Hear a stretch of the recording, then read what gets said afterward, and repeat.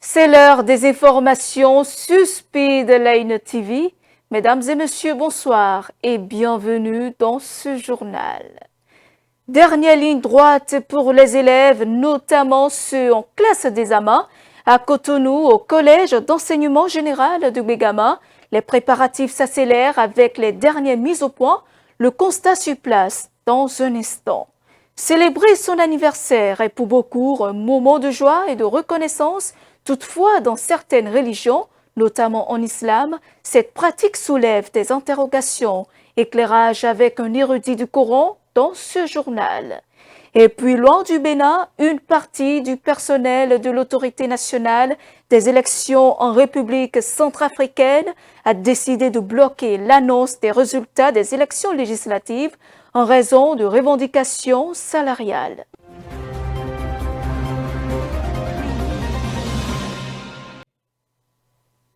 Démarrons tout de suite avec cette actualité institutionnelle. La Cour constitutionnelle du Bénin a rendu sa décision à la suite d'un recours introduit le 28 avril dernier par Midométon Précieux Noël Dagan. Le requérant sollicitait des mesures visant à faciliter l'organisation de la prestation de serment du président de la République élu en cas d'absence du bureau du Sénat ou à défaut à accélérer l'installation de cette institution avant le 24 mai 2026. Dans sa requête, il invoquait un risque d'insécurité juridique majeur lié à l'application de l'article 53 de la Constitution modifiée en 2025. Cette disposition prévoit que le serment du président élu doit être prêté devant le bureau du Sénat alors que cette institution n'est pas encore installée. Selon lui, l'absence de dispositions transitoires crée un vide institutionnel rendant difficile, voire impossible, la tenue de la cérémonie. Il demandait ainsi à la Cour de constater cette situation et d'autoriser à titre exceptionnel une prestation de serment selon les anciennes modalités ou devant les seules institutions fonctionnelles au nom du principe de continuité de l'État. Mais la Cour constitutionnelle n'a pas fait droit à ces demandes. La haute juridiction a déclaré le recours irrecevable. Elle rappelle sur la base des tests constitutionnels et organiques qu'un recours citoyen doit porter sur la constitutionnalité des lois, des actes réglementaires ou des actes administratifs. Parlons à présent éducation, à quelques semaines des examens du CEP, du BEPC et du baccalauréat. Les établissements scolaires sont en pleine phase de dernier réglage. Dans certaines écoles, les programmes sont déjà achevés, laissant place aux derniers devoirs pour clôturer l'année académique. C'est le constat fait au Collège d'enseignement général de Gbegame à Cotonou.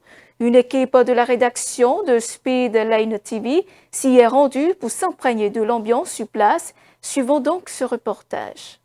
Les examens de fin d'année approchent à grands pas dans les établissements scolaires. Les programmes sont pratiquement bouclés dans plusieurs collèges et lycées de Cotonou. Au collège d'enseignement général de Gbegame, les élèves des classes intermédiaires comme ceux des classes d'examen enchaînent les dernières évaluations dans une ambiance de concentration.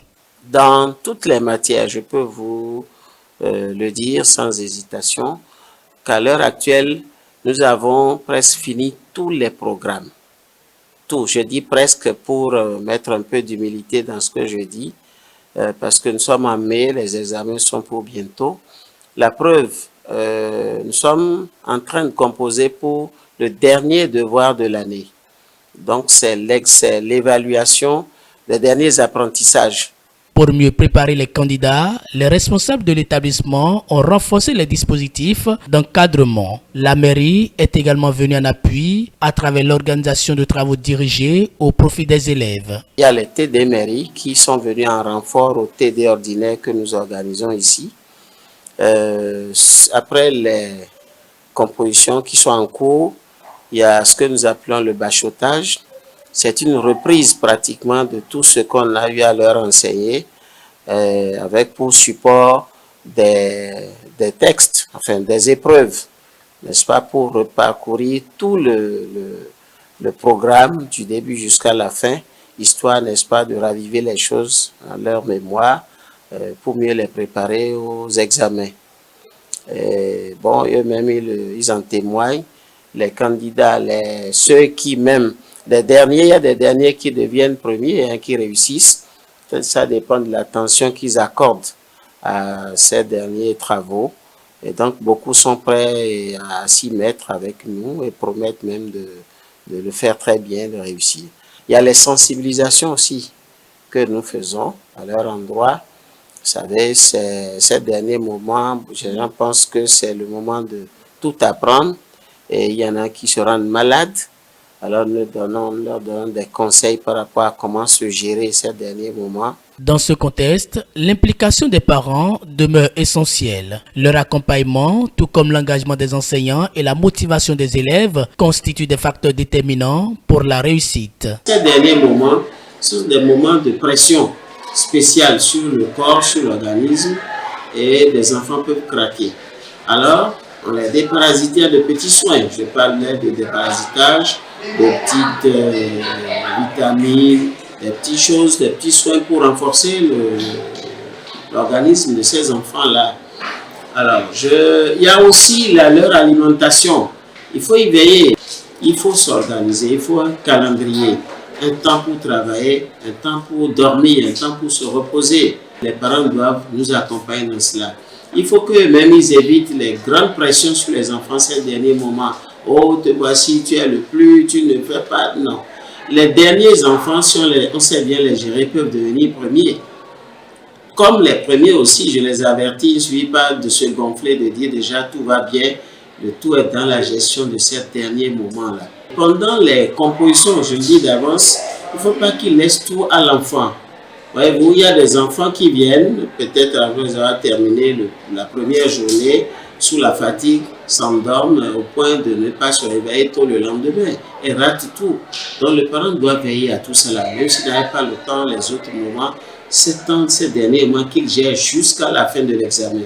Je le souhaite vivement, ça va nous aider nous tous. À ce stade, tous les efforts convergent vers un seul objectif, permettre aux candidats d'aborder les examens dans de bonnes conditions et d'obtenir de meilleurs résultats au soir des épreuves. Autre volet de l'actualité présente en maternité, elle joue un rôle essentiel tout au long de la grossesse jusqu'à l'accouchement. Il s'agit des sages-femmes qui accompagnent au quotidien nos sœurs et nos mères dans les structures de santé. Dans ce reportage, nous avons rencontré une sage-femme à la retraite qui revient sur le quotidien et le dévouement de ces professionnels au service de la vie. Suivant. Alors que résonnent les premiers cris de nouveau-né, une figure clé se tient en première ligne, la sage-femme. Aux côtés du gynécologue, elle accueille la vie et accompagne chaque naissance avec professionnalisme. De la surveillance médicale de la grossesse aux séances de préparation à l'accouchement, elle joue un rôle central tout au long de ce parcours. D'abord, quand on dit sage-femme, dit elle accouche. C'est ça, dans la tête d'abord, elle accouche. Elle aide nos soeurs, nos mères à récupérer le bébé. Elle accouche. Donc, quand on dit sage-femme, elle est là pour accoucher. Mais, justement, c'est pas seulement l'accouchement. Elle doit suivre la grossesse. Quand une femme vient la voir pour dire, ce n'est pas mes menstrues, ça commence. Ça doit être une joie pour la sage-femme. On va avoir un bébé. Donc, elle commence par la suivre sur les 8 mois de suivi de la grossesse. Ensuite, elle lui indique, elle lui donne le plan d'accouchement, ce qu'il faut qu'elle emmène à la maternité, qui prévenir quand elle sent que le travail veut commencer. Donc, voilà la sage-femme. Mais derrière ces moments de bonheur, le quotidien n'est pas toujours simple. Entre urgence, responsabilités lourdes et situations parfois délicates, la sage-femme est régulièrement confrontée à des expériences qui la marquent profondément. Ce qui marque une sage-femme, c'est le décès des mères et des nouveau-nés. Parce que nous, notre profession, c'est d'accueillir dans la joie, dans la gaieté, une femme qui vient accoucher, après de lui rendre son bébé quand elle veut sortir, et de voir la famille arriver pour la féliciter, c'est une joie. Mais lorsque nous les perdons, alors là, ça, sincèrement, ça marque parce qu'il y a des pertes de mères, les décès maternels inévitables qui se passent, et il y a aussi des décès maternels qu'on n'arrive pas à justifier.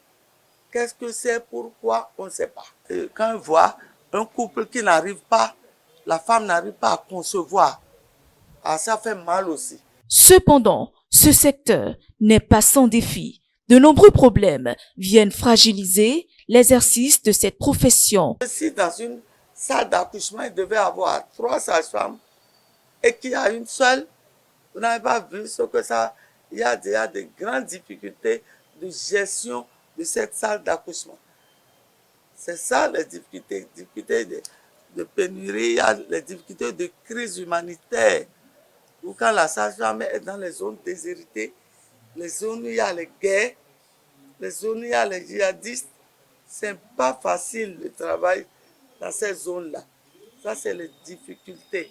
Et puis aussi, lorsque la sage-femme, avec tout ce qu'on fait comme étude aujourd'hui, n'est pas fixée, c'est-à-dire n'est pas positionnée dans les instances de prise de décision. C'est humiliant, c'est vrai. Et puis, il y a quand il y a le sous-effectif, il y a le burn-out. Ça dérange beaucoup les collègues sages-femmes. Les partenaires techniques et financiers, avec les autorités du ministère de la Santé, doivent tout faire pour s'investir dans les sages-femmes. C'est le mot ça, investir dans les sages-femmes et puis aider les sages-femmes à évoluer.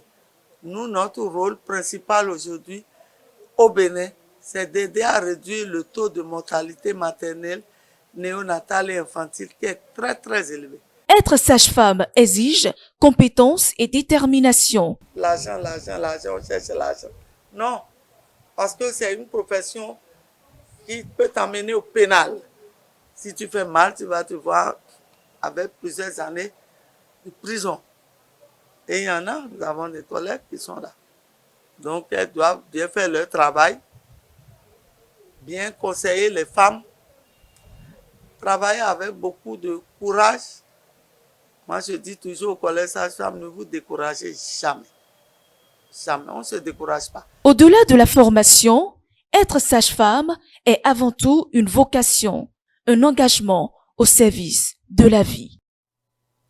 Dans un tout autre registre, à présent, comme annoncé en titre, fêter son anniversaire, c'est un sujet qui suscite le débat au sein de la communauté musulmane. Entre avis favorables et positions opposées, les opinions restent partagées. Pour mieux comprendre les enjeux de cette question, un islamologue nous apporte des précisions sur le sujet. Suivons-le. Le prophète Mohammed sallallahu alayhi wa sallam a été clair. Toute innovation dans la religion conduit à l'égarement. Nous avons pour modèle le prophète Mohammed, c'est-à-dire quoi? C'est ce qu'il a fait, c'est ça nous faisons. Ce qu'il n'a pas fait, le mieux c'est de s'en éloigner. Lorsque nous regardons la vie de ce monsieur et de ses sahaba, les sahaba c'est les compagnons, ceux qui l'ont suivi, nous n'avons rien vu du genre. Alors ceux qui ont ramené l'anniversaire, c'est ceux qui sont venus après. Et ils ont leur raison aussi. Et étant donné que le prophète Mohammed sallallahu alayhi wa sallam ne l'a pas fait, nous, il y a une bonne partie qui disent on ne devrait pas le faire. C'est ce qui fait que certaines personnes sont contre l'anniversaire. Sinon, il n'y a pas de mal en celui-là. Mais parce qu'on n'a pas vu le prophète qui l'a fait et on que verset du Coran qui n'en parle, voilà pourquoi ce sujet, ça divise la communauté. Maintenant, est-ce qu'il faut le faire? Je dirais oui et non. Oui, dans le sens où, si c'est simplement pour rendre grâce à son Créateur du fait qu'il vous a accordé encore un an de plus, une année de plus, il n'y a pas de mal en cela. Non, dans le sens où c'est la façon dont les gens le font. Chez nous, par exemple, l'alcool est interdit. Et quand les gens font l'anniversaire, regardez ce qu'ils font. Ils ramènent de l'interdit dans une célébration où ils sont appelés à rendre grâce à leur Créateur. Si vous aimez Allah, alors suivez le messager de Dieu, c'est-à-dire suivez le prophète Mohammed. Yuhibbukum Allah. Si vous le suivez, Allah va vous aimer. Et il vous pardonnera vos méfaits. Alors, chaque chose que nous faisons dans l'islam, on se réfère toujours au prophète Mohammed. Et quand on regarde sa vie, on ne l'a pas vu faire. Et comme il ne l'a pas fait, alors pourquoi le faire? Donc, c'est ce qui fait qu'une majorité, la majorité des savants disent ne le faites pas. Pourquoi? Parce que le prophète ne l'a pas fait. Dans le nom, en quelque sorte, parce que nous n'avons pas vu le prophète faire. Aucun test n'a dit que le prophète l'a fait. Voilà pourquoi nous disons non, mettons ça de côté. Ce n'est pas ça qui est plus important. Et j'aimerais simplement dire à ces frères qui sont opposés, ou ceux-là qui chaque année, qui sont contre le fait qu'on dise que l'anniversaire, il faut le mettre de côté, c'est pas que nous vous empêchons de vous distraire. Vous voulez vous distraire, il n'y a pas de mal en cela. L'islam n'a jamais interdit la distraction. C'est la façon dont cela est fait. Vous avez 1 an de plus sur terre, vous remerciez votre Seigneur, vous donnez quelques bonbons, je ne sais pas, à des personnes, c'est mieux que d'organiser une fête, de boire l'alcool, de danser, de manger. Et là, maintenant, vous mélangez du haram au halal. Donc, chers frères, n'oublions pas, chers sœurs non plus, n'oublions pas qu'un jour, nous sommes appelés à rendre compte à notre Créateur. Et qu'Allah nous dit, quand il va nous poser la question à savoir, pourquoi nous avons mélangé du haram au halal, qu'est-ce que nous allons répondre? Et dans le reste du monde, en République centrafricaine, alors que le pays attendait la proclamation des résultats provisoires du second tour des législatives du 26 avril, les résultats n'ont finalement pas été publiés. Les informaticiens de l'Autorité nationale des élections auraient bloqué les résultats. Ils réclament le paiement de 2 mois d'arriérés de salaire. Le pays reste donc suspendu à l'attente de ces résultats. Le reportage. Initialement prévu le 3 mai, la publication des résultats provisoires du second tour des élections législatives municipales et régionales en Centrafrique a été suspendue en raison d'une grève des agents de l'Autorité nationale des élections. Les informaticiens du centre de traitement des données de l'ANE refusent de les publier, étant qu'ils n'auront pas reçu le paiement de 2 mois d'arriérés de salaire. L'ensemble du personnel de l'ANE est touché par ce retard. Près de 70 circonscriptions étaient en jeu au second tour tenu le 26 avril. Le mouvement des Cœurs Unis au pouvoir a remporté 50 sièges au premier tour le 28 décembre. 20 autres sièges ont été gagnés par des indépendants et d'autres groupements politiques. Dans l'attente des résultats, Anis et Georges Dologuélé, qui contestent la réélection du président Touadéra, a été interpellé par la police à l'aéroport de Bangui mardi, alors qu'il s'est apprêté à embarquer sur un vol à destination d'Addis Abeba. L'ex-premier ministre avait déjà été interdit de quitter la République centrafricaine en mars 2021, alors qu'il tentait de se rendre en France pour des raisons médicales. Et nous saisirons le Conseil. En Éthiopie, le Parlement de l'État régional du Tigré, jugé légitime par le gouvernement fédéral, a élu ce mardi à sa tête le chef du TPLF, puissant parti de cette région du nord du pays, dans une nouvelle escalade face à Addis Abeba. Le TPLF estime que cette élection met fin à l'administration intérimaire désignée par le gouvernement fédéral depuis 2022. Suivons. C'est une élection qui divise en Éthiopie. Le chef du Front de libération du peuple du Tigré, le TPLF, a été élu à la tête du Parlement régional. Une assemblée jugée illégitime par le gouvernement fédéral et qui avait été dissoute dans le cadre de l'accord de paix signé en novembre 2022. Mais faute de progrès sur d'autres aspects de l'accord, l'ancienne garde du TPLF a entrepris de rétablir son contrôle sur la région. Une décision qui fait craindre une relance des hostilités avec le gouvernement fédéral. Debretsion being in charge of the presidency of Tigray. Le fait que Debretsion soit à la tête de la présidence du Tigré pourrait aggraver la situation politique et sécuritaire dans la région et plus généralement au sein du TPLF. Son élection à la présidence montre une défaillance structurelle du TPLF. The election of Debretsion to the presidency, it shows the structural failure of the TPLF. Ce que nous observons actuellement au Tigré, c'est que le TPLF a décidé de rétablir le conseil d'avant-guerre ainsi que de remettre en place le président de guerre, M. Debretsion Gebremichael. Pour moi, cela montre à la fois symboliquement et concrètement que nous nous éloignons de l'accord de paix.